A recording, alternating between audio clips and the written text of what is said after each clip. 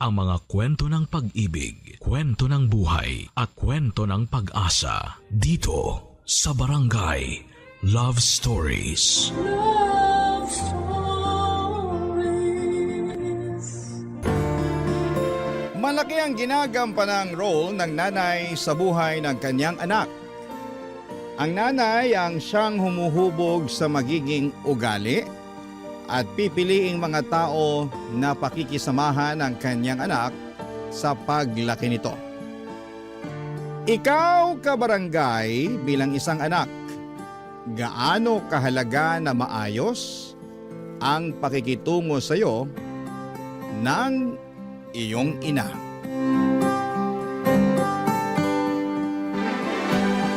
Dear Papa Dudut, ako nga pala si Rose. Sa kasalukuyan ay edad 45 na ako. Hanggang ngayon ay wala akong asawa at walang naging anak. Ang dahilan, ang aking nakaraan. Hayaan niyo akong ibalik ko kayo sa aking pagkabata para maunawaan ninyo ang dahilan kung bakit natakot na akong bumuo ng sarili kong pamilya. 15 anyos ang nanay ko noong ipinagbuntis niya ako. Maagang nabuntis si nanay dahil nagre-rebelde ito sa kanyang nanay noon, na siyang lola ko naman. Mahigpit kasi si lola kay nanay. Bukod pa roon ay masyado itong relihiyosa at madalas ay wala na sa lugar. Sa pagre-rebelde ni nanay, nabuo ako. Gusto sana raw ni nanay na ipalaglag ako pero pinigilan siya ni lola dahil kasalanan daw yon sa Diyos. Ayaw ni nanay na magkaroon ng anak. Sino bang gusto sa edad na 15, hindi ba? Di ba dapat sa ganung edad ay wala kang ibang inaatupag kundi ang pag-aaral at paglalaro? Nang may panganak ako ni nanay, agad niya akong iniwan kay lola. Ang sinabi niya kay lola ay mangangatulong daw sa isang malayong kamag-anak si nanay. Pumayag si lola para siyempre may ipangbili na mga kailangan ko. Pero ginawa lang palang dahilan niyo ni nanay para makatakas sa poder ni lola. At mula noon ay si lola nang nagpalaki sa akin. Tulad ng naranasan ni nanay kay lola, napagmalupitan din ako ni lola. Doon ko naintindihan kung bakit nagrebelde si nanay. Malupit, strikto at wala sa lugar ang pagiging relihiyosa ni lola. Pero kahit ganito si lola ay hindi ako nagre-rebelde dahil takot ako sa kanya, Papa Dudut.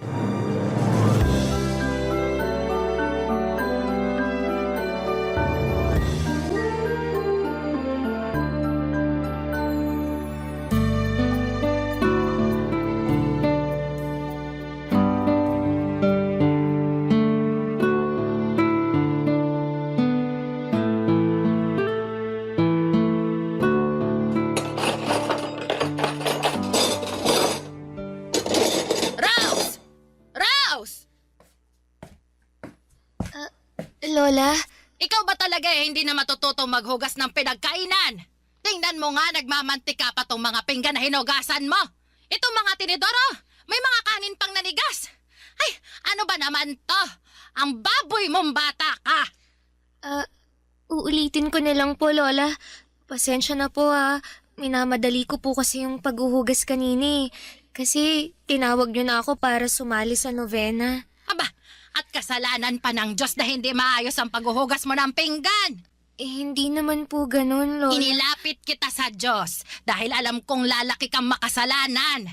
Tingnan mo nga, 15 anyos ka pa lang. Pero kung makasagot ka na sa akin, ako, talo mo pa ang demonyong may matigas na sungay. Pasensya na po, Lola. Nako, puro na lang pasensya. Lagi na ako nagpapasensya sa yung bata ka, ha? Alam ng Diyos kung paano ako naging mabuti sa'yo. Pero ikaw tong ayaw tumuwid ang asal. Uulitin ko na lang po ang mga hinugasan ko kanina. Sus! Imbis na makatipid sa tubig at bareta, dahil sa katangahan mo, mapapagastos na naman ako. Alam mo ba kung magkano ang presyo ng bareta ngayon sa bayan, ha? Akala mo kasi pinupulot ang pera. Sorry po, Lola. Mabuti sana kung nagpapadala pa ng pera ang magaling mong nanay. Pero hindi! Matapos kang iluwal, ako nang gumagastos para sa lahat. Siya tong nagpapakasarap pero ako tong nagpapakahirap. Ibawas niyo na lang po sa baon ko yung ipangbibili niyo ng bareta. Abay talaga! Sineswerte, nabuo pa rin ang ibibigay kong baon mo matapos tong katangahan mo. Wala akong pakialam kung maglakad ka araw-araw sa eskwela. At matuto ka na rin humingi ng pagkain sa kaklase mo. Kasi hindi ka na rin pwedeng magbaon ng tirang ulam dito. Naiintindihan mo? Opo, kahit kanin na lang po ang babaunin ko. Didiskarte na lang po ako ng Kahit ulam. kanin! Hindi ka pwede magbaon para matuto kang bata ka. Opo, Lola. Opo. At mamaya, pagkatapos mong maghugas, kunin mo ang bilao ng munggo at dalhin mo sa altar. Lola, huwag niyo pong sabihin... Luluhod ka ulit sa munggo ng 4 na oras. Dumipa ka at humingi ng kapatawaran sa Panginoon sa ginawa mo mga mali. Lola, hindi pa kasi magaling ang sugat ko sa tuhod nung pinaluhod niyo ako nung Ay wala akong pakialam. Nagkamali ka. Lumuhod ka ulit sa munggo. Kahit pumasok pa ang mga butil ng munggo sa tuhod mo, hindi ka pa rin tatayo hanggat hindi natatapos ang 4 na oras. Naiintindihan mo? Lola... Parang lumalabang ka pa, no? O sige, dagdagan mo ng 1 oras ang pagluhod mo sa munggo. Dagdagan mo rin ang asin ng munggo para lalong mas magsugat-sugat yung tuhod mo. Habang nakaluhod sa munggo noon, ay hindi ko maiwasang sambitin sa Diyos ang galit ko. Galit hindi lang kay Lola, kundi pati na rin kay Nanay. Hindi ko naman sana mararanasan ang paghihirap ni Lola na ibinibigay sa akin kung hindi ako iniwanan ni Nanay sa kanya. Pati nga sa Diyos ay nagalit na rin po ako. Bakit niya hinayaan na mapunta ako sa ganong sitwasyon? Napakabata ko pa para maranasan ang ganong klase ng hirap. Akala ko ba mahal niya ako? Mahal niya ang lahat ng nilalang niya sa mundo. Pero anong nangyari sa akin? Sa paglipas pa ng mga araw ay nagpatuloy ang pagiging malupit ni Lola sa akin. Napadalas na rin po ang pananakit niya. Kapag mainit ang ulo niya ay binubugbog niya ako kahit na wala akong ginagawa basta ako ang una niyang makita. Ako kaagad ang pagdidiskitahan niya. Lamog na noon ang katawan ko pero wala akong ibang magawa kundi ang tanggapin lahat ng mga yon. Nang minsang hindi ko na makayanan pa ang ginagawa ni Lola sa akin ay hinalughog ko ang kwarto niya para hanapin kung meron siyang nilistahan ng address ni Nanay. Hindi naman ako nabigo, Papa Dudut. Nakita ko ang address book niya kung saan ay nakalista roon ang address ni Nanay. Nagmadali akong magsulat kay Nanay para magsumbong sa ginagawa ni Lola sa akin. Nagmakaawa na rin ako na sunduin na niya ako at itinago ko pansamantala ang sulat na yon at bala kong ipadala sa susunod na Sabado kapag meron na akong sapat na pera at kapag walang pasok.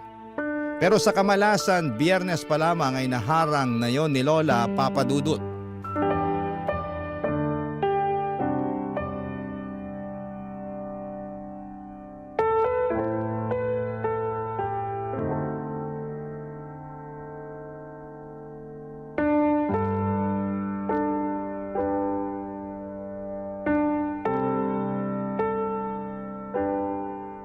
Ano tong sulat na nakita ko sa kwarto mo, ha?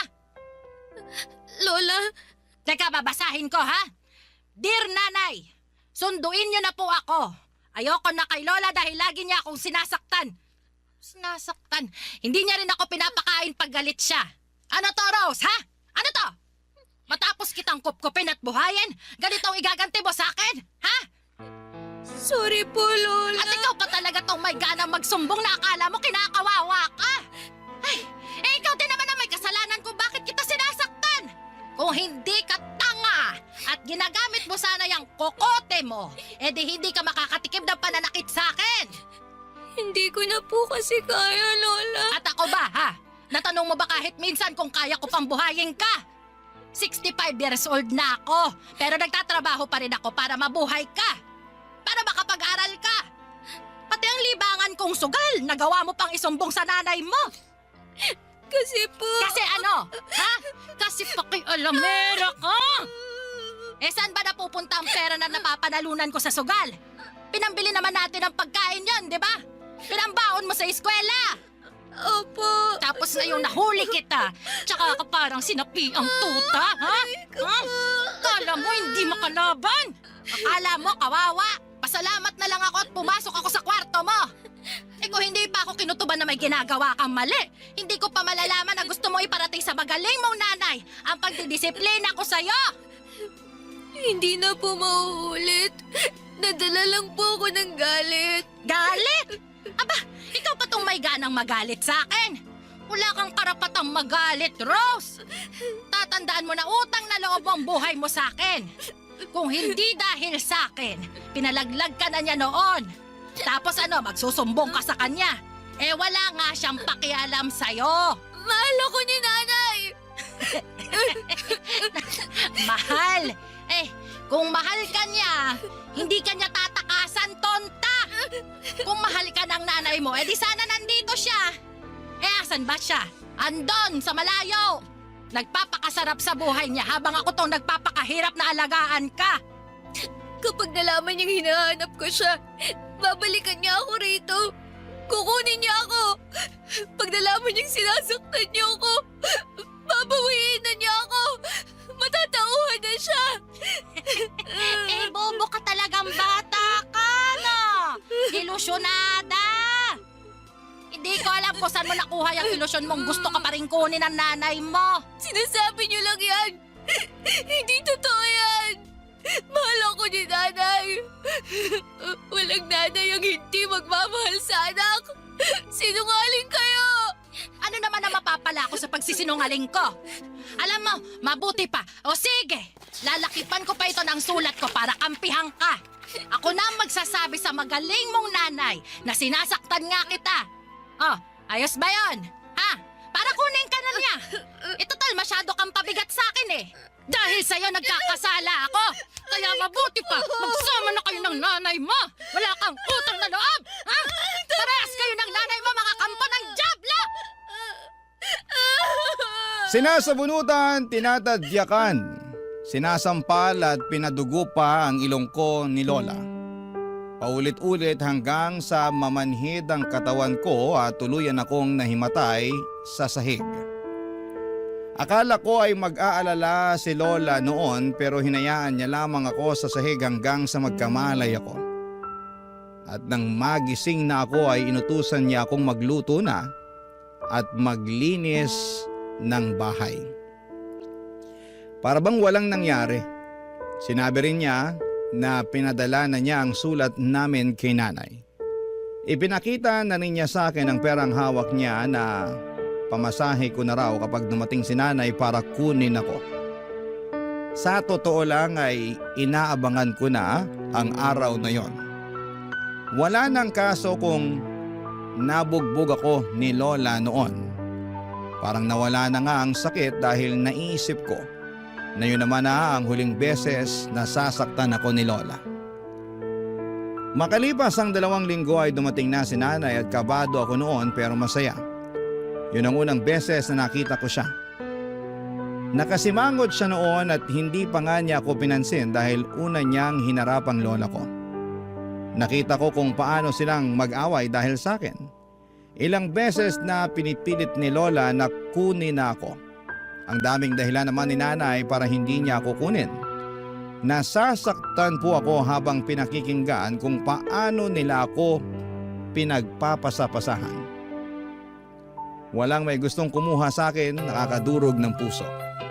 At nang matapos ang kanilang usapan ay sabay silang pumunta sa akin para sabihin kung ano ang naging desisyon nilang dalawa. Barangay Love Stories. Barangay Love Stories. Sa dulo, Papa Dudut, ay napagdesisyonan nilang dalawa na kunin ako ni nanay. Nakahinga ako ng maluwag kahit pansin ko noon na ang saba ng loob ni nanay. Mukhang napilitan lang siya. Nagtalo pa nga sila hanggang sa huli. Umaasa si nanay na malalabanan pa niya si Lola. Pero sabi ni Lola ay sapat na ang panahon na ibinigay niya para alagaan ako. Walang nagawa si nanay at napangiti na lamang ako. Sa wakas ay tapos na ang impyerno sa buhay ko. Inutusan ako ni nanay na iligpit na ang mga dadalhin kong damit. Magkasama sina nanay at lola sa sala. Sinusubukan nilang magkaayos na dalawa bago kami umalis. Panayang sipol ko habang inilalagay sa sako ang mga damit ko. Wala na akong pakialam kung sa sako ko pa ilagay ang damit ko. Basta makaalis lamang ako sa poder ni Lola.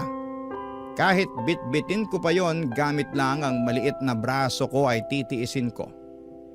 Pinaiwan ni Lola ang mga damit na sa tingin niya ay pwede pa niyang ibenta.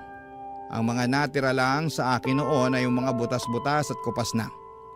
Wala pa rin akong pakialam noon. Kahit wala na akong maisuot na maayos, Papa Dudut, makalabas lang ako ng pintuan ng bahay ni Lola ay ayos na talaga. Nang matapos ang pag-iimpake ko ay nilapitan ko na sina nanay at lola, Papa Dudut.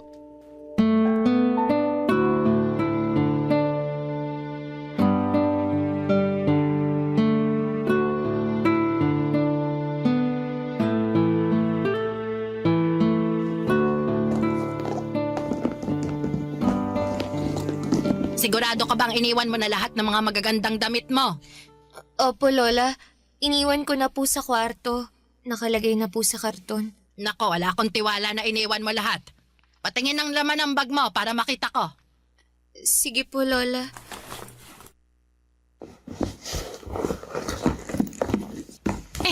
Sinungaling ka naman palang talaga. Hanggang sa huli ilalamangan mo pa akong bata ka, ha? Bakit andito pa ang maong na pantalon na to?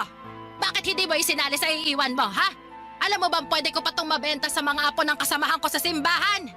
Nag-iwan lang po ko ng isang maong na pantalon, Lola.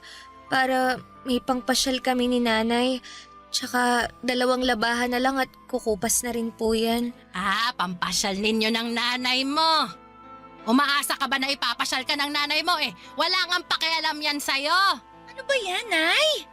Pati ako dinadamay sa pagsisinungaling ng apo nyo. Rose, iwan mo na nga yung maong na pantalon at baka mangisay pa tong lola mo kapag hindi pinagkakitaan ng damit mo. Hoy, mahiya ka naman sa akin. Ako ang gumasto sa inabando na mong anak at ngayon babawiin ko ng pinundar ko sa kanya. Ako pa itong nagmumukhang masama. Sa bagay, kailan ka ba naging masama? Lagi ka namang tama, Nay. Wala kang kasalanan palagi, di ba? Mabuti at alam mo. Hoy, Rose, ipasok mo na nga ulit sa bag yung mga damit mo para makaalis na tayo. Dalian mo, huwag kang kukupad-kupad dyan. Opo, Nay. Sa'yo naman nagmana ang kakuparan niyang batang yan eh. Ngayon, tiisin mong pakisamahan yung anak mong nakamana ng lahat ng pangit mong ugali. Tama na, Nay. Pwede ba? Magpaawat ka naman. Aalis na nga kami, oh. Ayokong tumigil sa kasasalita eh. Bakit ba? May karapatan akong magbunga nga dahil sa konsumisyon na binigay niyo sa aking mag-ina. Eh di sorry! Sorry! Sorry na! Ako na tong mali sa lahat. Okay na po ba? Hindi pa sapat yung sorry mo sa lahat ng napala ko dahil dyan sa katigasan ng ulo niya. Nay, Lola, tama na po. Huwag na kayong mag-away. Isa ka pa, Rose! Sabat ka ng sabat dyan. Bakit? Kinakausap ka ba? Usapan ng matatanda eh, sumasali ka. Talagang wala ka natutunang tama. Paano may matututunang tama yang si Rose? Wala namang tama sa mga pinagsasabi nyo. Walang utang na loob. Bastos ka! Tuntok! Kailan ba kaya mo, ha? Ang batukan ako? Gusto nyo sampal-sampalin nyo pa ako eh. Sige! Ano, Nay? Eto, oh! Oh, sampalin nyo na ako! Sampalin nyo! Dali! Para makabawi ka na sa lahat ng kasalanan ko sa'yo. Dali na, Nay! Ang lapit na ng pisngi ko, oh! Gawin mo na lang ang kulang, oh! Sampal na! Tama na po, Nay, Lola. Huwag na po kayong magsakitan. Umalis na po tayo, Nay, please. Wala ka naman pala, Nay. Kala ko naman matapang ka. Di mo naman pala kaya kapag hinamon ka. Pasalamat ka at ayoko na madungisan ng huling beses na makikita akong pagmumukha niyong dalawa. Alis! Layas! Wag na kayo magpapakita sa akin kahit kailan! Talaga? Kahit nakasilid ka na sa kabaong mo, hinding-hindi nyo na makikita ang pagmumukha ko! Hinila na ako ni nanay para makaalis na ng bahay ni Lola. Hindi niya ako tinulungan sa bit-bit kong sako. Sumakay kami ng jeep papunta ng terminal at hindi niya ako kinakausap. Hindi niya ako tinitignan. Pero panay ang titig ko sa kanya at doon ay napansin ko ang lungkot at pagkalito sa mukha niya. Papadudot, alam kong hindi maganda ang naging ending ng pagkikita nila ni Lola. Umaasa pa naman ako noon na bago kami umalis ni nanay ay magkakaayos pa sila, pero nagkamali ako. Hanggang sa dulo ay nagpuksaan silang dalawa. Sobrang lalim talaga ng galit nila sa isa't isa. At hindi ko maiwasang maisip na dahil sa pagkabuo ko sa mundong ito kaya nagkalamat ang relasyon nilang mag-ina. Nang makasakay na kami ng bus papunta sa bahay ni nanay ay doon pa lamang niya ako kinausap. Nilatagan niya ako ng mga dapat kong sundin sa bahay niya. Doon din niya inamin sa akin na meron na siyang asawa. Tony ang pangalan at halos 5 taon lang ang bata nito kay Lola. Wala silang anak na dalawa pero meron silang aso na parang tinuturing na nilang anak. At bilin ni nanay sa akin ay hindi pwedeng malaman ni Tito Tony na anak niya ako sa pagkadalaga. Kailangan daw naming magsinungaling at sabihin pamangkin niya ako at mangangatulong ako sa kanila. Wala akong nagawa noon kundi ang pumayag dahil kung ayaw ko raw ay iiwan na lamang niya ako sa bus at bahala na raw ako sa buhay ko.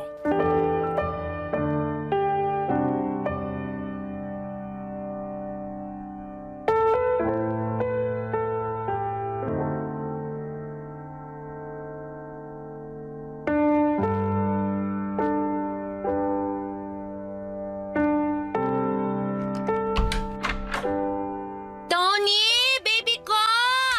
Andito na kami ng pamangkin kong si Rose. Mabuti naman at nakauwi ka na, baby. Yung kaso natin, ayaw na naman kumain. Hala, pinagluto mo ba ng manok? Oo, inilaga ako na, pinirito ko pa. Pero mukhang naumay na sa manok eh. Bumili ako ng barbecue, ayaw din. Hey, Ano kaya nangyari dyan? May bukas pa kaya na veterinaryo ngayong gabi? naku, wala na. Nagtingin na rin ako. Di naman siya matamlay eh. Pero sabi ng katrabaho ko, palipasin lang daw ang gabing to eh.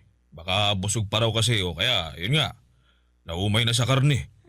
Bantayan na lang daw magdamag para masabihan bukas yung veterinaryo pag ipapacheck up na. Sakto at nandito na si Rose na pwedeng magbantay magdamag. Ay, masipag tong pamangkin ko. Laging binibida ng pinsan ko na ito ang pinakamasipag sa lahat ng mga anak niya. Kaya siya ang sinangla sa akin. Sinangla? Malaki kasi yung pagkakautang ng nanay nitong si Rose sa akin at ang kabayaran na lang magtrabaho raw ang batang to para sa akin. Diba, Rose? Diba? Opo, tama po si tita. Ganun ba? Huwag kang mag-alala. Kahit na wala ka namang sahod hindi ka naman namin gugutumin dito. Ay, wag mong sabihin yan, Tony. Baka mamaya maging masiba to sa pagkain. Mapagastos pa tayo imbis na makabawi sa utang ng nanay niya sa akin. Hoy, Rose, sakto lang ang kainin mo ha. 2 beses ka lang kakain sa isang araw. Sa tanghali at gabi lang. Tipirin mo rin ang pagkain ng kanin at may kamahalin ng bigas dito sa Maynila. Opo, tita. Malaki pa lang pagkakaawig yung dalawa. Hindi ko kayo kilala mapagkakamalan ko kayo mag-ina. Tumigil ka nga, Tony. Ang layo naman ang mukha niya sa mukha ko, no? Tsaka tignan mo naman ang kutis namin. Tisayin ako. Ito namang si Rose parang sunog na barbecue. Wala naman sa kulay yan. Napansin ko lang sa hugis ng mga mata at mukha nyo. Halos parehas Wala namang masama lalo't magkadugo naman kayong dalawa. Siya. Wag na lang nating pagtalunan at baka tuyuin ka na naman at awayin mo pa ako. Mabuti naman. Ay, baby ko, pwede bang tignan mo muna yung aso natin habang inaasikaso ko tong si Rose? Bibilinan ko na rin siya ng mga dapat gawin dito sa bahay para alam na niya kung paano gagalaw mamaya. Sige. Mabuti pa nga. Mag-iinit na rin ako ng ulam natin para may makain na tayo. Ay, konti lang ang initin mong ulam ha. Hindi nakakain tong si Rose. Nakarami na siya ng mani at nilagang saging sa bus kanina. Sigurado ka ba?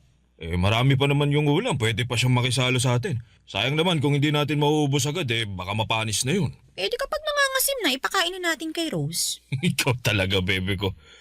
Puro ka biro O sige na. Maiwan ko na kayong dalawa dyan ha. Asikasuhin ko lang yung aso natin. Hoy, muntikan mo na akong tawaging nanay sa harapan ni Tony ha. Di ba ilang beses na kitang binilinan sa bus na isaksak mo dyan sa utak mo na tita ang itatawag mo sa akin? Kapag nabuko tayo ni Tony, palalayasin talaga kita. Sorry po, Nay. Oo, yan na naman! Nanay na naman! Bobo ka talaga. Tama ang lola mo mahina ang kukote mo. Kaya galit na galit sa'yo ang lola mo dahil dyan sa katanghan mo. Ayusin mo, Rose, ha? Kung lola mo na pagtiisan ka pa kahit papano, pues magkaiba kami. Handa kitang palayasin sa isang beses na magkamali ka. Naintindihan mo? Opo, tita. Dinuro-duro pa niya ang noo ko para raw maalog ang utak ko at rumihistro sa kokote ko na hindi kami mag-ina, na magtiyahin kami. Nasaktan po ako pero ano ang magagawa ko? Andun na ako at pumayag na rin naman ako. Unay naging trabaho ko ay ang bantayan magdamag ang aso nilang may lahi. Habang kumakain silang mag-asawa, ako naman ang parang gwardyang nakabantay sa kanilang aso. Aso na kung ituring nila ay mas tao pa kesa sa akin. Maliban na makaramdam ng selos dahil mas anak pa ang turing sa asong yon kesa sa akin. Hindi rin ako hinahayaan ni nanay na makatulog. Kailangang nakabantay ako magdamag sa aso. Baka raw kasi may mangyari kahit sa ilang segundo lamang na pumikit o malingat ako. Nakakainggit kung paanong pakitaan ang pagmamahal ni nanay ang aso niya. Pero ako, kailan ba? Sa pagdaan ng mga araw ay pinaramdam ni nanay sa akin na isa lamang akong katulong. Hindi niya ako pinag-aral at hindi inaabutan ng pera. Ang sabi niya sa akin kung meron mang kailangan tulad ng napkin at iba pang mga gamit na pang babae ay sabihan ko na lamang siya para siya na ang bumili. Iba rin ang pagkain ko sa pagkain nilang mag-asawa. Madalas ay sardinas ang pinapakain sa akin, lalo kapag karne ang ulam nila. Depensa ni nanay ay kailangan nilang magtipid dahil mahirap ang buhay sa Maynila. Nilalagyan na lamang ni nanay ng kaunting cabbage at saka tinutubigan ng marami ang sardinas para kasya sa buong araw na ulam ko. Samantalang habang ang aso nila ay halos maumay na sa pritong manok at barbecue. Barangay Love Stories. Barangay Love Stories. Pinangarap ko noon na makasama si Nanay Papa Dudut. Ang makilala siya at maranasan ang pakiramdam na may nag-aalaga at nagmamahal sa iyo. Matagal kong pinagdasal na iligtas na ako ni nanay mula sa pagmamalupit ni Lola. At nang mangyari po yun, akala ko ay simula na ng kasiyahan at pag-ahon ko. Pero nagkamali ako.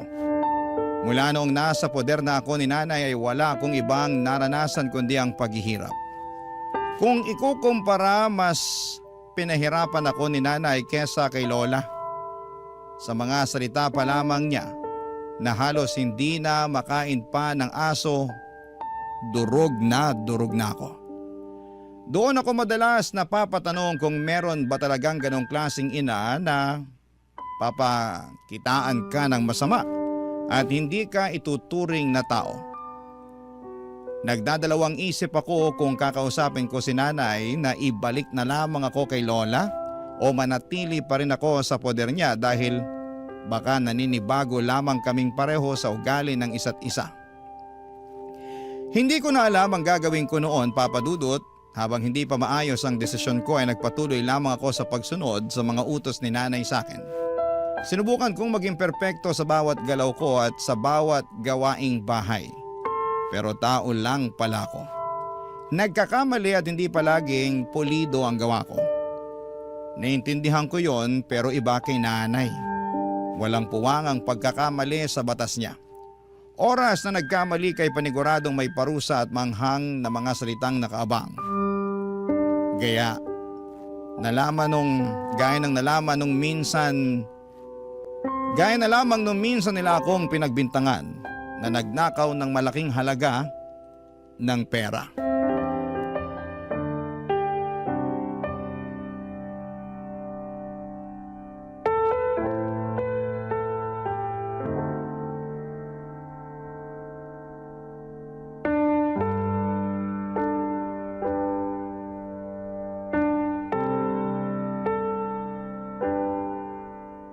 nga ulit yung inutos sa akin ni nanay? Maglampaso, tsaka ano nga ulit yun? Siguradong siya nga ang kumuha ng sahod ko. Liga, kausapin natin. Rose! Rose! Ano po yun, Tito? Ilabas mo na ang pera ko! Nasasaktan po ako, Tito! Masasaktan ka talaga kapag hindi mo pa nilabas ang pera ko! Ano pong perang sinasabi niyo? Ka na magmangmaangan dyan! Alam namin na kinuha mo ang sahod ko sa kwarto namin! Hoy, Rose! Ilabas mo na! Baka mas lalo ka pa masaktan eh! Dalian mo na! Tita, wala po akong alam tungkol dyan, promise. Wala po talaga. Hindi naman po ako pumapasok sa kwarto niyo eh. Di ba nga bawal akong pumunta ron? Mali ba namin kung pumapasok ka ron kapag wala kami? Ilabas mo na ang pera ko, Rose! Huwag mo na akong gagalitin! Kailangan ko yung pambayad ng renta natin! Tito, wala po talaga akong kinukuha. Mamatay man. Papatayin ka talaga namin kapag hindi ka pa nagsabi ng totoo! Nagsasabi naman po ako ng totoo eh. Maniwala po kayo. Hindi ko po galing magnakaw. Anong hindi? Sabi nga ng tita mo na nagnakaw ka noon sa palengke ng mga chichiri at barya ng mga tindera! Wala pong ganun, tita. Hindi ka lang pala magnanakaw, sinungaling ka pa ha? Hindi ka talaga aamin, ha? Talagang ginagalit mo kami? Teka lang, ha? Tuturuan ka namin ng leksyon. Tony! Hilahin mo nga yun sa kusina! Dali! Isang ulo ha? Tama na po.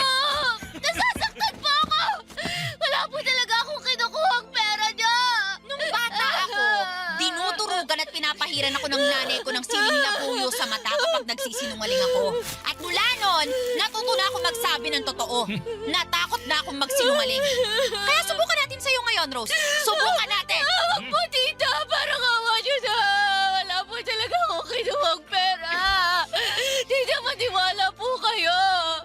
Tito, hindi ko po yun gagawin. Nanakot lang naman yung siling yan, di ba? Huwag mo naman tototohanin ipapahid yan sa mata ni Rose. Bakit hindi tutuhanin? Paano matututo kung hahayaan nating makatakas yan sa kasalanan niya? Pero baka naman, kung mapanong mata niya kung papahiran ng sili. Bakit ba parang nanlalambot ka na dyan? Ninakawan ka na nga ng demonyitang batang yan eh. Kailangan niyang paparusahan. Dilit mo yung mata mo! Dali! Huwag po, tita. Please. Wala po akong dinadakaw. Tumahimik ka! Nakakarinti ka! Etong sa'yo! Ayan! Ubusin ko itong hawak kong siling na puyo sa mata mo! Ayan! Ano? Magdanakaw ka ba? Ha? Sagot! Magdanakaw ka ba? Pwisit kang bata ka! Yan!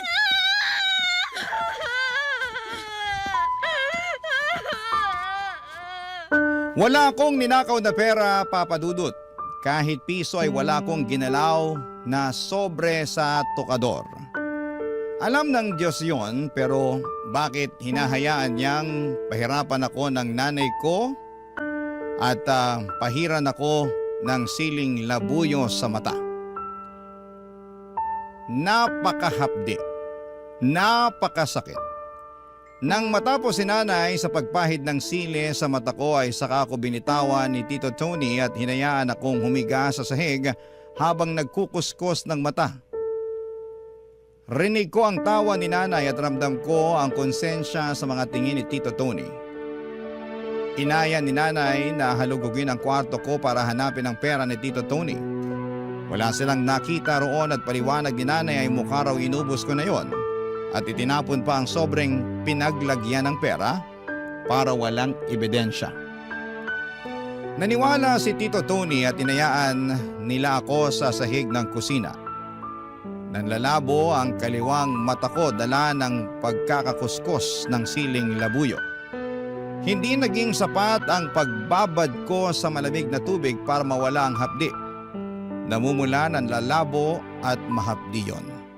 Ilang araw na ganoon ang kalagayan ng mga mata ko at lagi ako nahihilo pero pinipilit kong kayanin na kumilos dahil kailangang patuloy ang pagtatrabaho ko. Parang wala lang kay nanay ang mga nangyari. Panay pa rin ang utos niya at hindi niya alintana ang pamamaga ng mata ko. Kung paanong parang malagatas na ang itsura ng kaliwang mata ko. Panay ang dampi ko ng yelo sa mata ko sa pag-asang mawawala ang sakit at mawawala ang pamamaga at pagkukulay gatas nito. Isang araw habang nasa kusina ako, nagpapahid ng yelo sa mata ay nilapitan ako ni Nanay Papadudut.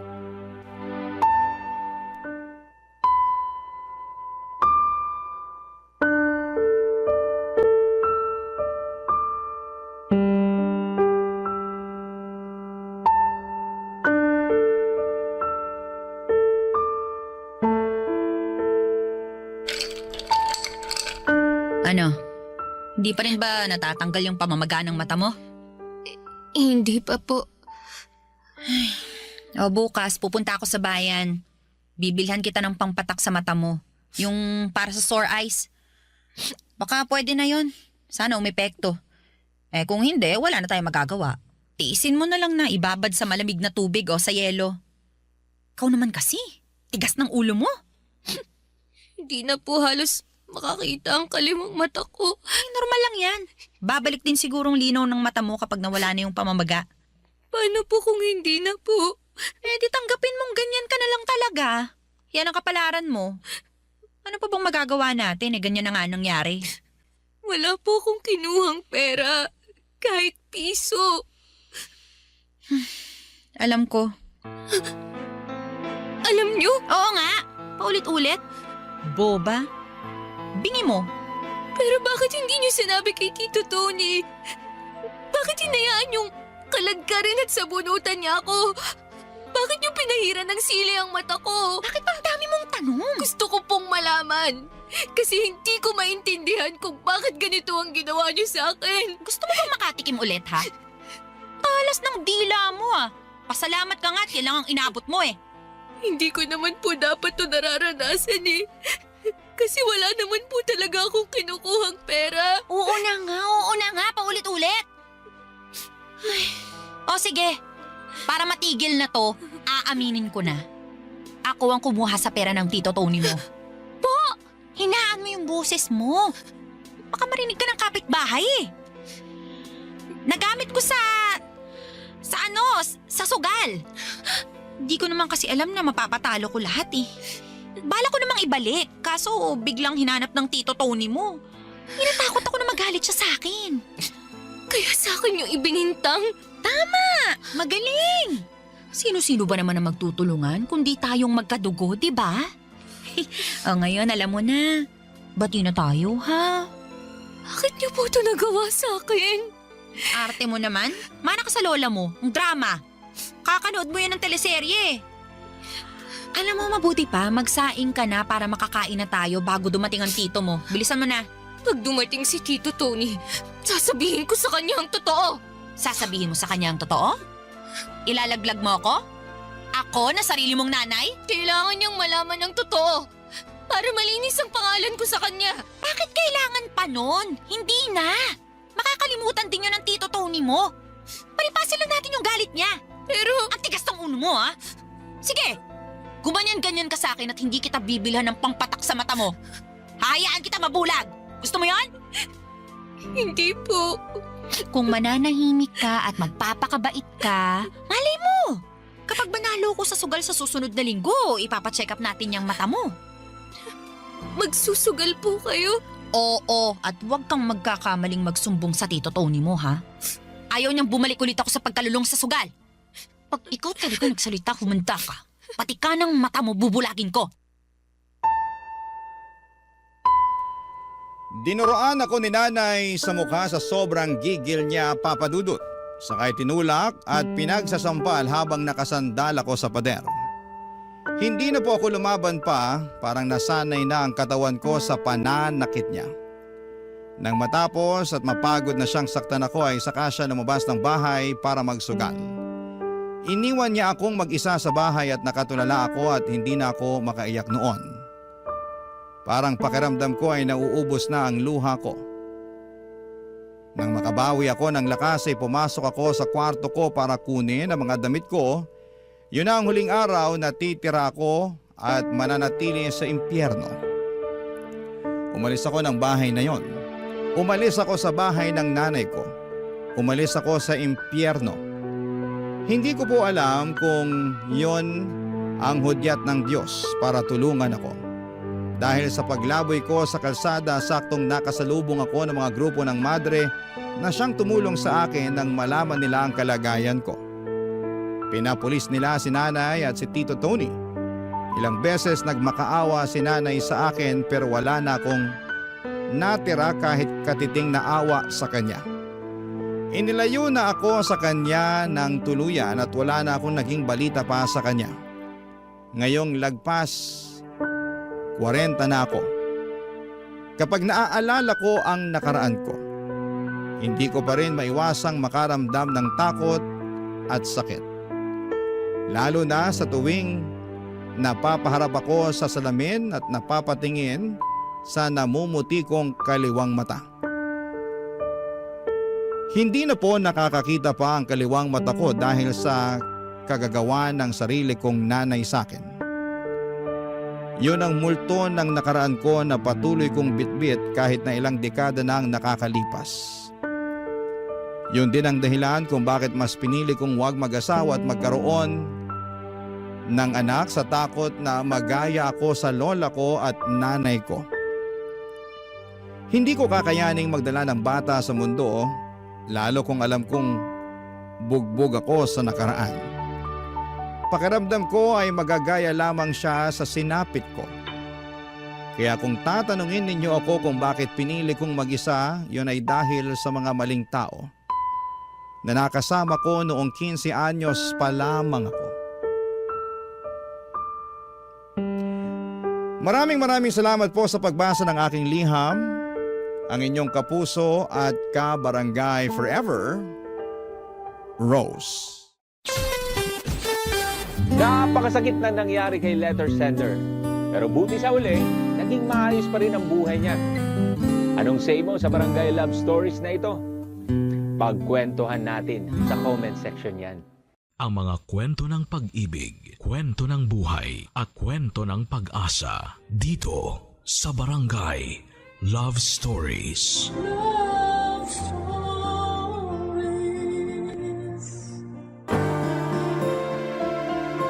Isang malaking responsibilidad na masasabi ang pagkakaroon ng anak.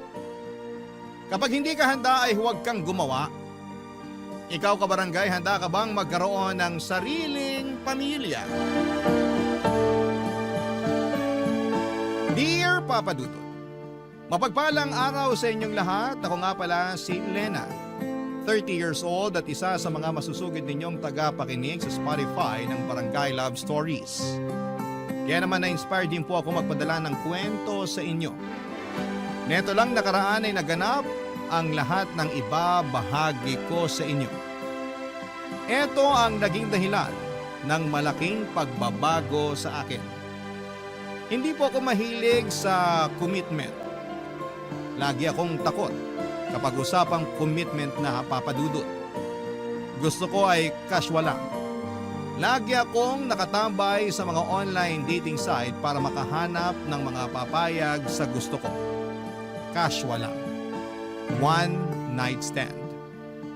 Kasama tuwing nalulungkot kapag nag-iisa. Yun lang naman ang hanap ko.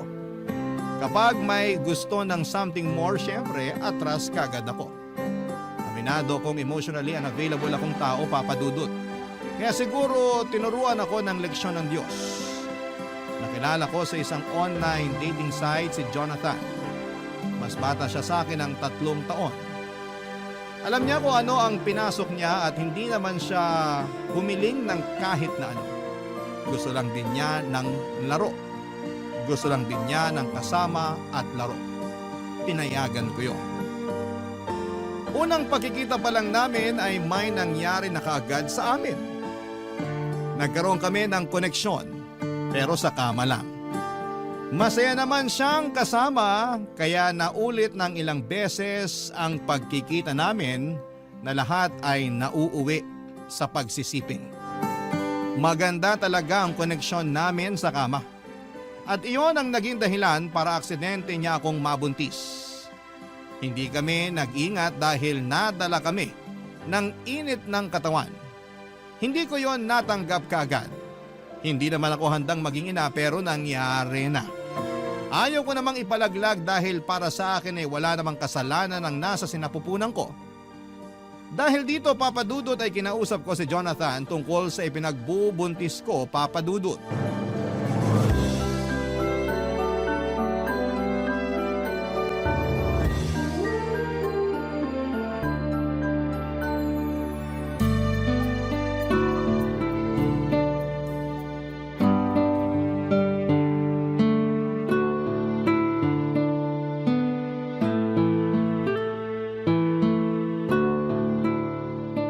Anong oras? Saka saan pala tayo magche-check-in? Hindi mo sinabi sa akin sa chat. Mag-usap muna tayo. Sige, order lang ako ng beer natin. Asan ba yung waiter dito? Bawal sa akin ng beer. Orange juice na lang. Kailan pa naging bawal sa'yo ang beer? Ginagawa mo na ng tubig ang alak kapag nagkikita tayo eh. Dati yun, iba na ngayon. Bakit biglaan na ata ang pagbabago mo? Hindi ako ready. Buntis ako. So, hindi na tayo pwedeng mag-check-in? Narinig mo ba sinabi ko? Oo, buntis ka mo. So hindi na tayo pwede mag-ano? Di ba bawal yun kapag may baby na sa tiyan? Hindi mo man lang ba tatanungin kung sinong ama ng dinadala ko? Ako ba o iba? Malamang ikaw! Alam mo namang ilang buwan na tayo nag-aano. Malay ko ba kung may on the side ka pa dyan? Seryoso ako, Jonathan. Totoong buntis ako at ikaw ang ama. Eh di congrats sa akin. Magiging ama na ako. Hindi ako nakikipaglokohan hindi to prank. Alam ko. Eh ba't ganyan ang reaction mo sa binalita ko? Kasi masaya ako. Masaya? Hindi planado tong pinagbubuntis ko. Ako lang ba ito nagpapanik sa sitwasyon natin? Hindi ko nga alam kung bakit ka nagpapanik. Eh malaking blessing ang isang sanggol. Pues hindi ako ready sa blessing na to. Kaya kung may kilala kang santo na malapit sa Diyos, dasalan mo na para bawiin to. Uy, wag naman. Gusto ko pang maging tatay. Paninindigan ko yan. Seryoso ka ba, Jonathan? Hindi biro tong pinagbubuntis ko. Malaking pagbabago to sa buhay natin. Ano naman ngayon? Balang araw naman magiging nanay ka at magiging tatay din ako. Maaga lang nangyari sa atin, pero nakatadhana na to. Sigurado ako. Nakatadhana akong mag-rescue ng mga aspin at maging cool na tita, hindi maging ina. Eh saya na yung role na binigay sa'yo ng Diyos. Huwag ka nang pumalag. Mahalin mo na lang. Hindi ko alam kung bakit ganyan ang reaksyon mo eh. Pero mamaya lang, sigurado akong matatauhan ka na. Maiisip mo na hindi ka pa handang maging ama. Malabo yan. Gusto ko talagang maging ama. Saka pwede naman na akong magkaroon ng anak sa edad ko. Huwag kang pakakasiguro. Gusto ko talagang maging ama para may i-flex ako sa Facebook. Karamihan kasi ng mga tropa ko may mga anak na. Makijoin na rin ako. Saka para may dahilan ako para tumakas kapag sobra na sa inuman. Higit pa sa pagpe-flex sa Facebook ang pagkakaroon ng anak. Malaking responsibilidad to. At willing naman akong akuin kung gusto mo. Huwag mo sanang ipapalaglag ha. Araw-araw akong makokonsensya kapag ginawa mo yan. Alam ko karapatan mo bilang babae kung gusto mong ituloy ang pagbubuntis mo o hindi. Pero sana maisip mo na hindi ka naman nag-iisa sa pagharap niyan. Andito ako. Kami ni nanay. Ipapakilala kita sa kanya. Magugustuhan mo siya. Jonathan! Ramdam ko na natatakot ka. Siguro mamaya makakaramdam din ako niyan. Pero mas inunahan kasi ako ng saya. Ikaw din. Baka mamaya maging masaya ka na sa bagong blessing na dumating sa buhay natin.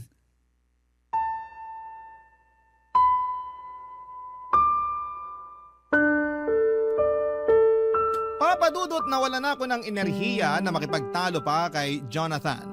Kahit na ilang beses kong pinaramdam sa kanya na hindi biro ang pagkakaroon ng anak, ayaw pa rin niyang makinig. O ayaw niya lang pakinggan dahil masyado siyang in love sa ideya na magkakaroon na siya ng i-flex sa Facebook. Tinawagan ito ang kanyang nanay para ibalita ang mga nangyari. Mukha namang maayos ang naging usapan nila, Papa Dudut. Mukhang mabait din ang nanay niya. Pagkatapos noon ay sinabi ni Jonathan na gusto ng nanay niya na tumira muna ako sa kanila habang nagbubuntis ako. Gusto nilang alagaan ako at ang magiging anak ko. Aaminin ko na natouch ako sa mga sinabi ni Jonathan. Yun kasi ang unang beses na may trumato sa akin na parang isang pamilya. Wala kasi akong nakagisnang magulang. Lumaki ako sa tiyahin ko at noong mismong libo ko ay kinausap na niya ako para umalis na sa bahay niya. Hindi na raw niya ako kayang buhayin pa. Nasa tamang edad naman na raw ako para makapagtrabaho. Umalis ako sa bahay ng tiyahin ko sa mismong 18th birthday ko. Hindi ko alam kung saan ako pupunta noon. Bitbit ko ang 2 malaking bag kung saan ay nakalagay ang mga gamit ko. Pansamantala ay nakitira ako sa best friend ko. Umalis din ako makalipas ang 2 buwan dahil panayang parinig sa akin ng mga magulang niya. Nakahanap ako ng trabaho at nagsumikap. Mula sa pagbe-bed space ay nakakuha na ako ng sarili kong kwarto. Paunti-unti ay umayos ang buhay ko. Ito ang dahilan kung bakit natatakot akong mapalapit at mapamahal sa iba. Natatakot ako na isang araw ay abandonahin din nila ako tulad ng ginawa ng mga magulang at tiyahin ko. Kaya naman malaking pagbabago talaga sa akin at tinanggap ako nila Jonathan at ng kanyang nanay at masarap pala yon sa pakiramdam, Papa Dudut.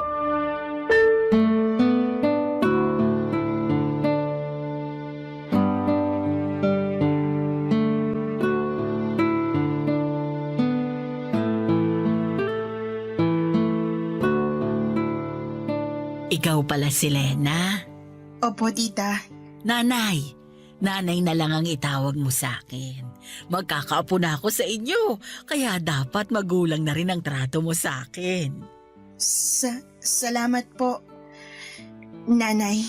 Ayan, 2 na ang anak ko.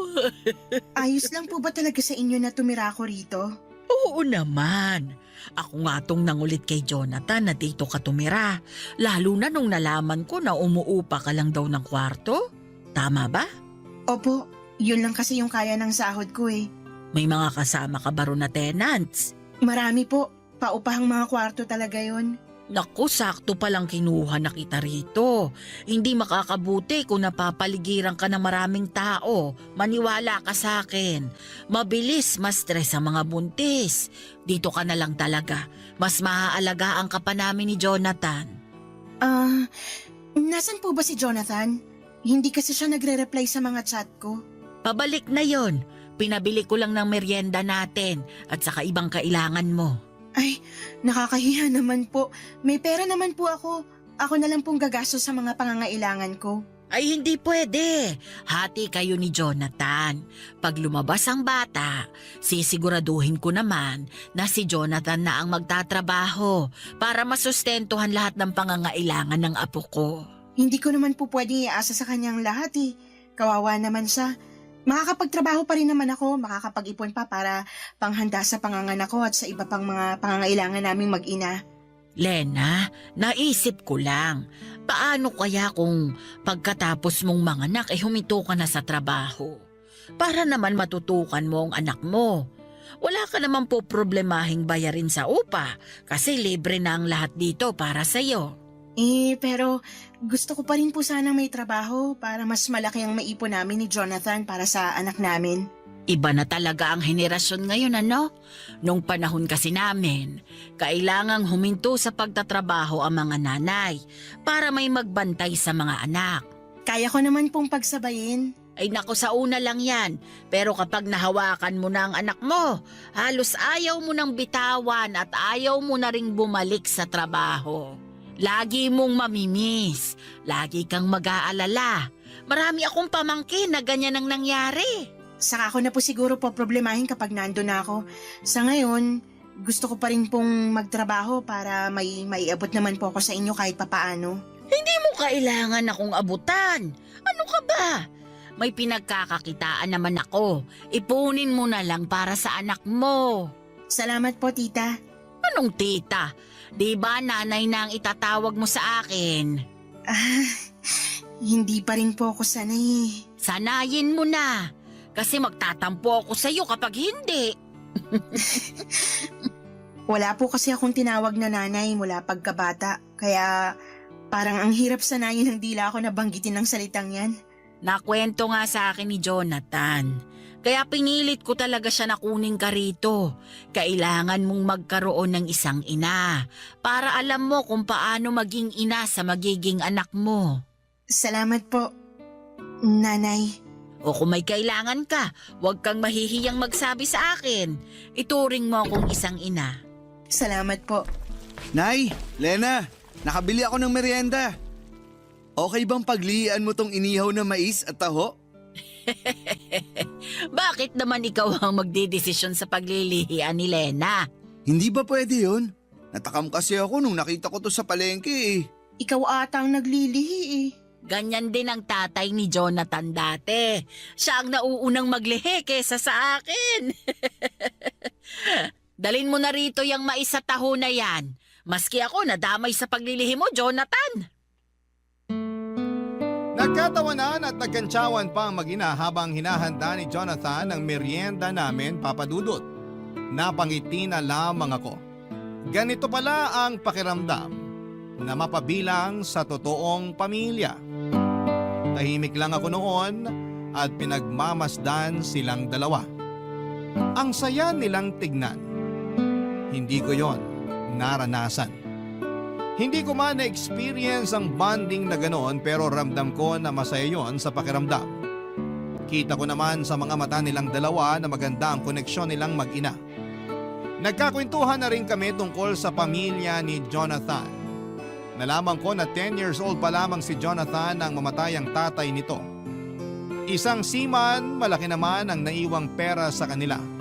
Sapat para masustentuhan ang pag-aaral ni Jonathan hanggang kolehiyo. Pero hindi na rin nakapagtapos ng kolehiyo si Jonathan dahil tinamad na ito. Tinanggap na lamang yon ng nanay niya. Ang nanay niya ay isang retired na guro sa elementarya. Hindi na kasing laki tulad ng dati ang hawak nilang pera, pero sapat lamang ang meron sila para sa simple at komportableng buhay. Si Jonathan naman ay nagtatrabaho bilang ahente ng mga sasakyan. Marami akong nalaman tungkol sa kanilang pamilya. Masaya ako sa mga nalaman ko. Naisip ko na safe ang magiging anak ko sa poder nila. Ramdam ko. Kaya naman ang bilis lang din gumaan ang loob ko sa kanila, Papa Dudut. Sa pagdaan nga ng mga araw ay mas lalong tumitindi ang saya ko. Sa wakas ay nagkaroon na ako ng pamilya. Siguro nga ay totoo ang sinabi ni Jonathan. Malaking blessing ang sanggol sa aking sinapupunan dahil sa pinagbubuntis ko ay na-bless ako ni Lord ng pamilya sa katauhan ni nanay at ni Jonathan. May mahihiling pa ba ako? Parang wala na. Kontento na ako sa piling nila at sa direksyon ng buhay ko. Barangay Love Stories. Barangay Love Stories. Papa Dudut, mabilis lang na lumipas ang mga buwan. Nakapanganak na ako sa wakas at babae ang isinilang ko. Malusog at hindi ako binigyan ng problema habang nagle-labor. Pinangalanan namin siyang Mika. Sinunod ko sa pangalan ng best friend ko. Mula nung isinilang ko si Mika, mas dumoble ang pag-aasikaso ng nanay ni Jonathan sa akin. Tinuro niya sa akin lahat ng kailangan kong malaman sa pag-aalaga ng sanggol. Mas kaya pa nga niyang patahanin ang anak ko kesa sa akin. Sanay na talaga siya at hindi pa rin daw niya nakakalimutan ang pag-aalaga ng sanggol dahil halos lahat ng pamangkin niya ay siya rin ang nag-asikaso. Mahilig kasi sa bata ang nanay ni Jonathan. Nakita ko naman yon kung paano niya mahalin si Mika. Pansamantala nga ay ang nanay ni Jonathan ang katabi ko sa kwarto. Para mabantayan niya si Mika, si Jonathan naman nung lumagpas ng 1 buwan ng baby namin ay nakitulog na rin sa kwarto. Sa sahig siya natutulog, Papa Dudut. Katabi ko pa rin sa kama ang nanay niya. Natatakot kasi ang nanay ni Jonathan na baka maipit nito ang baby namin. Malikot daw kasi si Jonathan matulog. Totoo naman. Ilang beses ko na yung na-experience kahit nung hindi pa ako nabubuntis. Alam na alam talaga ng nanay ni Jonathan kung paano kami alaga ang mag-ina. Habang buhay kong ipagpapasalamat na napunta ako sa kanila. Ang tanging naging problema ko na lamang ay si Jonathan. Napansin ko kasi na after kong manganak ay parang tinamad na siyang mag-alaga ng anak namin. Hindi ko naman siya inuobligang gawin oras-oras ang pag-aalaga. Pero napansin ko kasi na parang umiiwas siyang gawin yon Papa Dudut.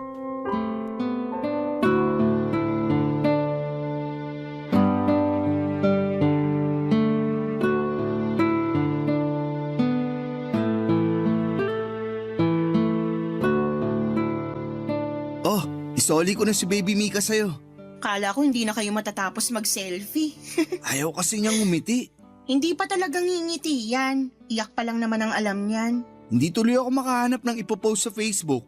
Hindi maayos lahat ng kuha naming dalawa. Kahit blurred pa ang kuha mo sa kanya, ilalike pa rin yan sa Facebook. Basta baby, matik na yun. Sige na nga. Bakit nga pala bihis na bihis ka wala ka namang pasok ngayon? Holiday, di ba? At long weekend. So bakit nga? Andito ka lang naman sa bahay kung makaporma ka para kang may liligawan sa labas. Selos ka ba? Sabi nila kapag kakapanganak pa lang ng babae, nagiging silosa raw. Totoo ba? Ay nako, alam mong setup natin. Nagsasama tayo para sa bata, wala tayong relasyon. Oo na. Talaga to. Lagi na lang takot sa commitment. Ipaliwanag mo na kaya kung bakit nakaporma ka. Para maganda ang selfie namin ni Baby. Oh, tapos na kayo mag-selfie. Magubad ka na. Grabe to. Kakapanganak lang. Gusto na agad akong hubaran. Huy, pagalingin mo muna ang tahi mo bago tayo bumira. Ang dumi ng isip mo. Ang ibig ko sabihin, magpalit ka na ng pambahay para komportable ka na at matulungan mo na rin ako sa pagbabantay kay baby. Aalis ako. Saan ka naman pupunta? Out of town. Kasama ang mga katrabaho at tropa ko. Ngayon na? Oo, kaya nga ako nakabihis, di ba? Hinihintay ko na lang yung tropa ko magsusundo sa akin. Bakit ngayon mo lang sinabi sa akin? Hindi mo man lang pinaalam. Bakit ako magpapaalam? Wala namang tayo. Chos! Seryoso ako. Alam mo naman kailangan kita sa pag-aalaga ng baby natin eh. Kaya nyo na yan ni nanay. Hindi nyo nga ako kailangan eh. Pangpasikip lang ako sa bahay. Pero Jonathan, hindi naman pwedeng iasa na lang natin sa nanay mo lahat ng pag-aalaga sa anak natin. Gusto naman niya. Kahit na, responsibilidad natin ang anak natin. 3 araw lang naman ako mawawala. Lunes ng gabi, nandito na ako. May pasalubong pa ako para sa'yo. 3 araw? Long weekend, di ba? Sinusulit lang namin. Minsan lang kasi makapagbakasyon. Marami pa namang long weekend sa kalendaryo. Baka naman pwede magpaska muna ngayon. Nakita mong kapapanganak ko pa lang eh. Hindi pwede. Nakapag-ambag na ako sa tutuluyan namin at sa gas. Susulitin ko na. Bawiin mo na lang yung ambag mo para ipandagdag natin sa pambili ng diapers at vitamins ni baby. Lalong hindi pwede. No refund sa ambag. Kawawa naman mga kasama ko kung kukunin ko yung ambag ko. Planado na yung budget eh. Sana kasi nagsabi ka man lang sa akin para napag-usapan natin kung pwede kang tumuloy o hindi. Sobra ka namang istrikto. Ngayon lang naman ako magbabakasyon. Pero parang lagi kang nakabakasyon eh. Kahit nandito ka lang sa bahay, hindi kita halos nakikitang pumapasok dito sa kwarto para tulungan ako kay baby. Saka ka lang pumupunta rito para mag-selfie. Buti nga, pumupunta pa ako eh. Wow! Parang utang na loob pa namin ni baby na pumupunta ka pa rito sa kwarto. Iba. Mali ata pagkakasabi ko. Sorry, nabigla lang. Huwag kang magalit ha. Babawi ako sa inyo ni baby pagbalik. Promise. Ako ang mag-aalaga.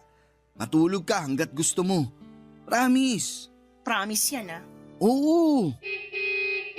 Ayun na, bumusina na yung tropa ko. Aalis na ako ha. Mag-chat na lang tayo. Update na lang. Okay? Bye! Natahimik na lamang ako at pinigilang magalit. Lalo na nung hindi niya maingat na sinarado ang pintuan ng kwarto kaya nagulat ang baby Mika namin. Mas lalo tuloy akong nagngit-ngit sa galit. Iniwan niya kaming mag-ina at akala ko naman dahil long weekend ay makakasama namin siya. Pero hindi pala. Mas inuna niyang makasama ang mga katrabaho at katropa niya. Hindi ko naman siya pinagbabawalang lumabas. Lagi ko naman siyang pinapayagan na makipag-inuman o kung saan man siya pumunta pagkatapos ng trabaho niya. Basta ang sa akin lang ay tumulong siya sa pag-aalaga sa anak namin. Pero hindi ganoon ang nangyayari. Ako at ang nanay lamang niyang nag-aasikaso kay baby Mika. Naya na nga ako na magpatulong sa nanay ni Jonathan dahil hindi naman niya yon responsibilidad. Matagal ko nang napansin yon kay Jonathan. Parang wala talaga siyang interes sa anak namin. Noong nasa sinapupunan ko pa lamang ay excited lagi si Jonathan na mga anak ako para raw maipagmalaki pa niya sa Facebook ang anak namin. Ilang selfie lang ang lumipas pagkatapos kong mga anak ay hindi na niya pinakita ulit sa akin na excited siya sa pagdating ng anak namin. Saka lang talaga niya kinukumusta ang anak namin kapag kailangan niya nang may maipopost sa Facebook. Ang nakakainis pa sa mga caption niya, lagi niyang pinamumukha na isa siyang mabuting ama. Na akala mo ay lagi niyang inaalagaan ang anak namin. Kung alam lang ng friends niya sa Facebook na parang ginagamit lamang niya ang anak namin para may maipost siya at magmukhang dakila, Papa Dudut.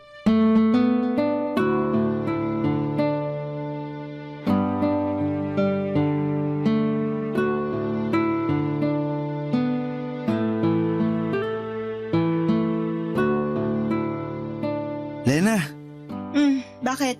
may sasabihin ako. Nakita mo ba yung mga medyas ni baby? Nawawala yung ibang pares eh. Hindi ko alam. Tanong mo na lang si nanay. Siya naman yung naglalaba. Pwedeng ikaw na lang ang magtanong o kaya tulungan mo akong hanapin dito. Baka nandito lang sa cabinet at naihahalo sa ibang damit. Huwag mo nang pahirapan ang sarili mo. Itanong na lang natin kay nanay. Lagi na lang tayo nagpapatulong at nagtatanong sa nanay mo. Mahiya naman tayo. Ang simple lang nitong paghahanap ng mga pares ng medyas. Kaya na natin to. Tulungan mo ko. Kailangan na ba niya? Sana. Ang init pa kaya? Lamigin ang paan ng anak mo. Hindi mo ba alam? Ngayon ko lang nalaman. Hindi ka naman kasi nagtatanong. Mukhang mauuwi na naman to sa away Ano ba yung sasabihin mo? Ano kasi? May bagong labas na cellphone. Oh, tapos? Gusto ko sanang bumili. Sira na ba yung cellphone mo? Hindi pa naman. Eh di wag ka munang bumili. Hindi praktikal eh. Tulungan mo na akong hanapin yung mga pares ng medyas ng anak mo bago siya magising. Mas importante to. Mas importante ang cellphone mo kaysa malamigan ng paa ng anak mo? Hindi naman yan ang ibig kong sabihin. Mali lang ako ng nagamit na salita. Pero kailangan ko talaga ng bagong cellphone. Para saan nga? Kung parehas lang naman ang purpose sa dati mong cellphone, mas maigi na wag ka na munang bumili. Nagsasayang ka lang ng pera. Ipunin mo na lang para sa future na pangangailangan ng anak natin. Puro na lang anak natin. Paano naman ang kailangan ko? Ano? Sana mali ang rinig ko sa sinabi mo. O sana mali lang ulit ang pagkakagamit mo ng salita. Ang pangit kang dating sa akin eh. Gusto ko lang ng bagong cellphone. Sobrang luma na ng cellphone ko. Mabilis nang malobat. Mabilis malobat kasi panay Facebook at online games ang ginagawa mo. Luma na kasi talaga. Magastos sa kuryente kung lagi ako nagcha-charge. Saka hindi maayos ang camera nitong luma kong cellphone. Kaya ang pangit tuloy ng mga selfie namin ni baby. Alam mo, sige na lang. Bumili ka na lang ng cellphone. Kahit ano pang klaseng cellphone yan o kahit ilang cellphone pa. Bumili ka na. Ayoko na makipagtalo sa'yo. Tulungan mo na lang akong hanapin yung mga pares ng medyas ng anak mo. Teka lang, pag-usapan muna natin tong cellphone ko. Ano pa bang dapat pag-usapan? Pumayag na ako, diba? Kahit ngayon din, bumili ka na. Pero wala akong pera. Eh bakit mo sinasabi sa akin na kailangan mo nang bumili ng bagong cellphone tapos wala ka naman palang pera? May konti ako na itabi, pero pangbakasyon ko sana yun sa susunod na long weekend. Diretsuhin mo ako. Baka pwedeng pairam muna ng pambili ko ng cellphone. Hindi pwede. Ikaw ang gagamit, kaya ikaw ang gumawa ng paraan para bumili. Huwag mo idamay ang pera ko. Ibabalik ko rin naman. Nilaan ko yung ipon ko para sa pangangailangan ng anak natin, lalo't hindi pa ako sigurado kung babalik pa ako sa trabaho o maghahanap ako ng ibang pagkakakitaan. Bad trip naman. Ano ka mo? Wala. Tutulungan mo ba ako sa paghahanap ng medyas ng anak mo? Hindi. Wala ako sa mood. Gusto ko na noong sapakin si Jonathan sa gigil ko, Papa Dudut. Halo-halo na noon ang emosyong nararamdaman ko. Hindi nakakatulong sa postpartum ang pinapakitang kabalbalan ni Jonathan sa akin.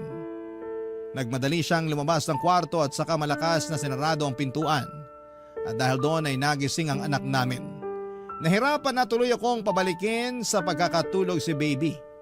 Hindi ko na rin nagawa ang dapat kong gawin dahil kailangan kong patahanin ang anak namin. Hindi ko na alam ang uunahin ko. Kung ang baby namin o magalit sa inaasal ni Jonathan. Doon ko nakita kung gaano ka-immature si Jonathan. Para siyang bata na hindi binigyan ng pambili ng candy. Gusto kong magsumbong noon sa nanay niya pero ayoko namang magkaroon sila ng away dahil sa akin. Kaya naman sinubukan kong intindihin pa ang tatay ng anak ko. Kaya lang Papa Dudut, habang tumatagal ay mas lalong lumalala noon ang ipinapakitang asal ni Jonathan sa akin. Hindi na rin siya nagsiselfie kasama si baby. Hindi na rin niya hinahawakan pa ang anak namin. Ni pansinin kapag pumapasok sa kwarto ay hindi niya ginagawa. Lumamig na rin ang pakikitungo niya sa akin. Hindi ko na alam ang gagawin ko noon para manumbalik ang koneksyon namin. Kaya naman naglabas ako ng pera at inabot sa kanya.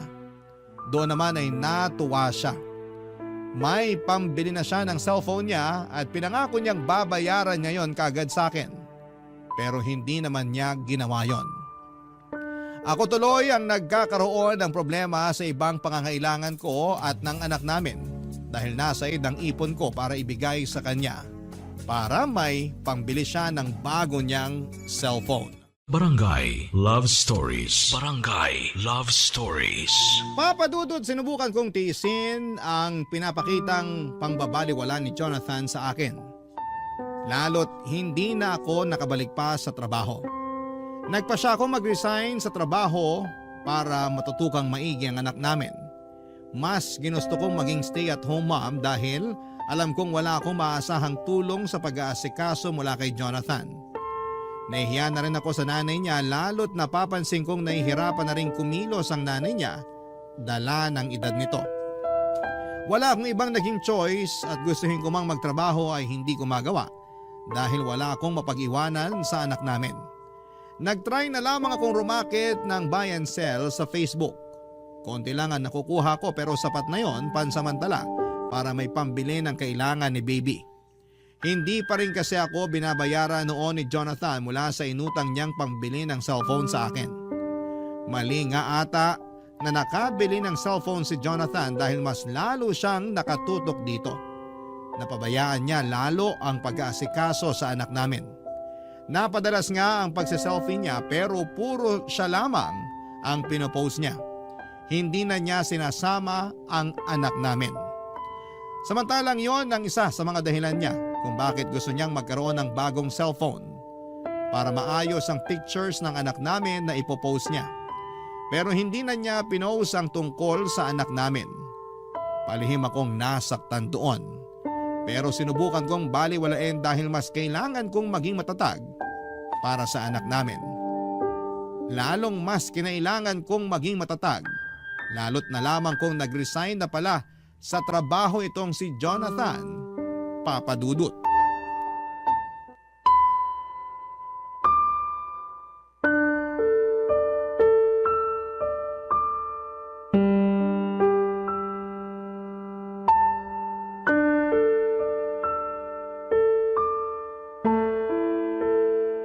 Nag-resign ka sa trabaho? Oo nga, paulit-ulit. Bakit mo naman ginawa yun?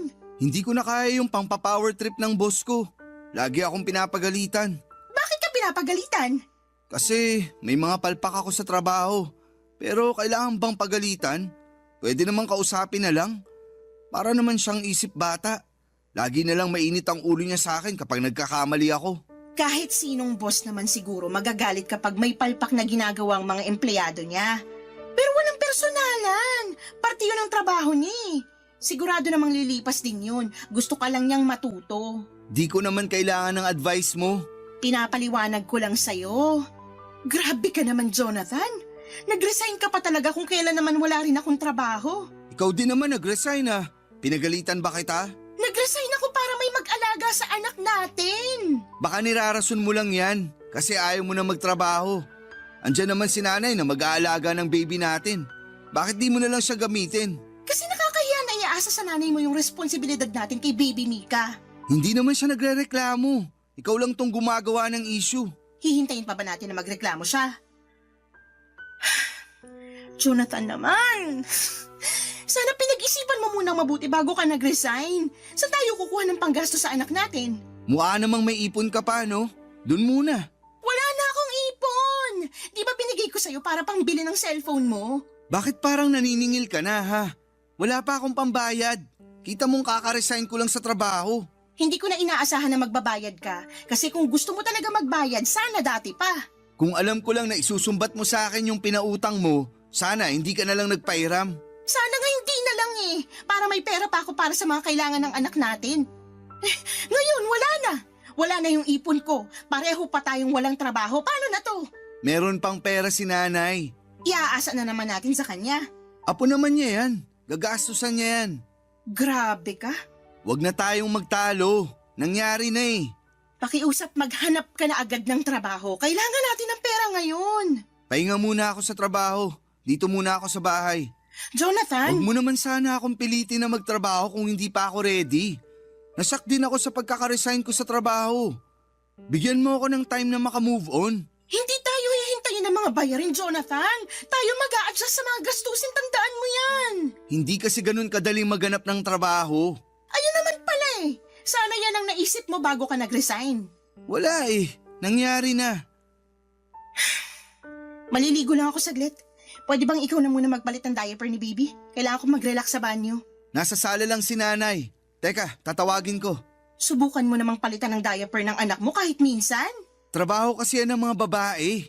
Wow, Jonathan! Trabaho mong asikasuhin ang sarili mong anak. Hindi nga ako marunong dyan. Ikaw na lang. Tuturuan kita para alam mo na sa susunod.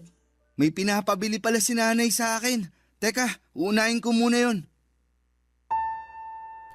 Nagmamadaling lumabas ng kwarto si Jonathan, Papa Dudut. Hindi ko na naihabol sa kanya ang huli kong sasabihin sana. Napailing na lamang ako at alam kong nagsisinungaling siya. Naiiyak na ako noon habang pinapalitan ang diaper ng anak namin. Hindi ako makapaniwala na merong ganong klaseng ama, Papa Dudut.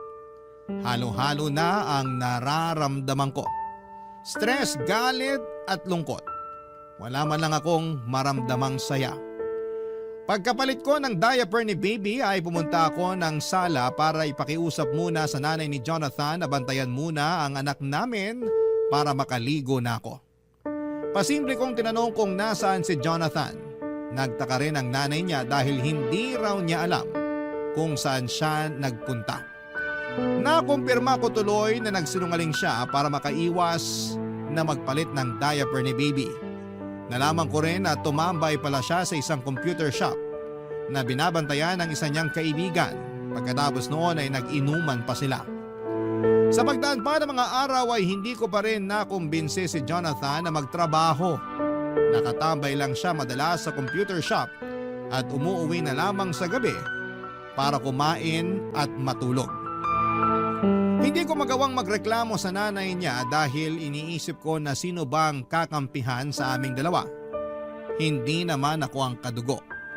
Napadalas na rin ang away namin dahil doon at lalong kinausap niya ang nanay niya para bigyan kami ng pera na pangbili ng kailangan ng baby namin. Nahiya akong tumanggap ng pera sa nanay niya kahit nanay na niya mismo ang nag-aabot sa akin. Alam kong darating ang panahon na kailangan na ring maghigpit ng nanay niya dahil may pangangailangan din siya na kailangang pagkagastosan. Kaya naman sinubukan ko maghanap ng trabaho. Bahala na. Kung pwedeng isama ko na lamang sa magiging trabaho ko ang anak ko, ay gagawin ko, Papa Dudut.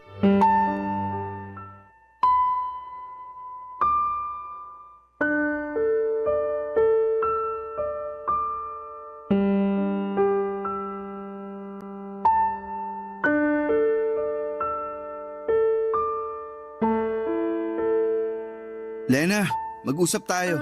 Maghahanap ka na ba ng trabaho? Hindi yan ang gusto kong pag-usapan. Eh ano pala? Sigurado ka bang anak ko si Baby Mika? Ano? Natanong ko lang kasi syempre, mahilig kang makipag-ano sa ibang lalaki. Gusto ko lang makasiguro. Ikaw lang ang nakakasama ko ng ilang buwan bago nabuo si Mika. Sinubukan mo na bang tingnan ang mukha ng anak mo? Parang ikaw nga lang ang gumawa eh. Kamukhang kamukha mo. Nanay mo pa mismo nagsabi na kamukha nyo ng tatay mo si Mika. Pati yung nunal sa noo. Ngayon mo pa ako pagdududahan ha? Eh kung may pera ka, ipa-DNA test natin para magkaalaman na. Wag na yung DNA test na yan. Gastos lang yan. Gusto ko lang talagang itanong. Nakaka-insulto ka na. Sorry na. Kung wala ka ng ibang sasabihin, pwedeng lumabas ka na muna bago ako sumabog sa sobrang galit ko sa'yo. Hindi mo naman kailangang magalit. Nagtanong lang ako. Karapatan ko ring malaman ang totoo. Lumabas ka na lang, please. May isa pa pala akong sasabihin. Huwag mo na akong galitin lalo, please. Hindi ka magagalit. Baka magustuhan mo pa tong naisip ko. Ano yon? Yung dati kong katrabaho, hindi raw sila magkaroon ng anak. Parang hindi ko gustong pupuntahan ang sasabihin mo. Makinig ka muna. Maging open-minded ka. Matagal na silang mag-asawa, pero hindi pa rin sila magkaroon ng anak.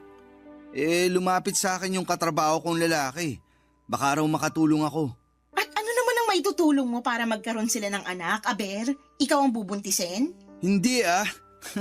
Huwag mong sabihin sa akin na akong ipapabuntis mo sa kanya. Uy, mas lalong hindi. Grabe ka naman mag-isip. Walang bubuntisin sa atin.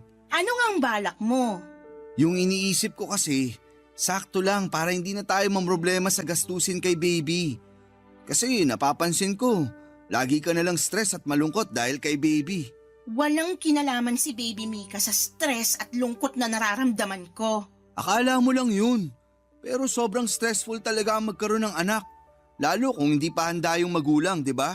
Anong pinupunto mo? Hindi ba pumasok sa isip mo na ipaampon na lang natin si baby? Ano? Makinig ka muna bago ka magalit. Hindi ko na kailangan makinig para hindi ako magalit. Hindi effective. Galit ako sa lahat ng sinasabi mo. Yung katrabaho ko kasi, nakwento ko sa kanya na pwede niyang ampunin si baby para maalagaan at mabigyan ng magandang future. Kasi hindi natin kayang gawin yun, di ba? Pareho tayong walang trabaho. Tapos, wala ka pang kasamang mag-aalaga sa kanya. Hindi ako makapaniwala na naisip mo yan.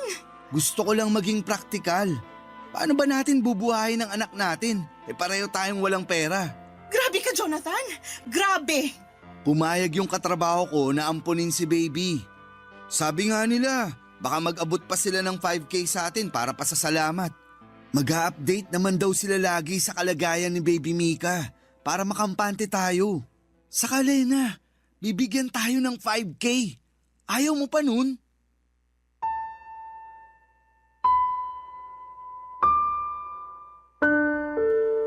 Blanco ang mukha ko noon habang nagsasalita si Jonathan. Hindi ko na magawa pang magalit.